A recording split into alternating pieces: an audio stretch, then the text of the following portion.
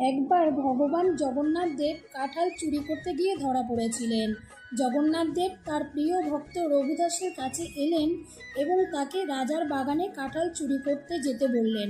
রঘুদাস বলল, হে প্রভু, আপনি কেন কাঁঠাল চুরি করতে চান? জগন্নাথ বললেন, রাজার বড় কাঁঠাল বাগান আছে, অথচ আমাকে ভোগ দেয় না।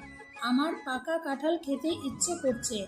আজ তোমাকে আমি উপলব্ধি করাবো চুরি করে খাওয়া কি আনন্দ।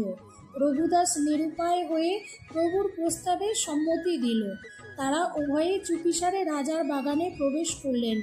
রঘু কাঁঠাল গাছে উঠে সবচেয়ে বড় কাঁঠালটি খুঁজে বের করলো। রঘু বলল, হে প্রভু, আপনি কি তৈরি? জগন্নাথ সম্মতি দিলেন।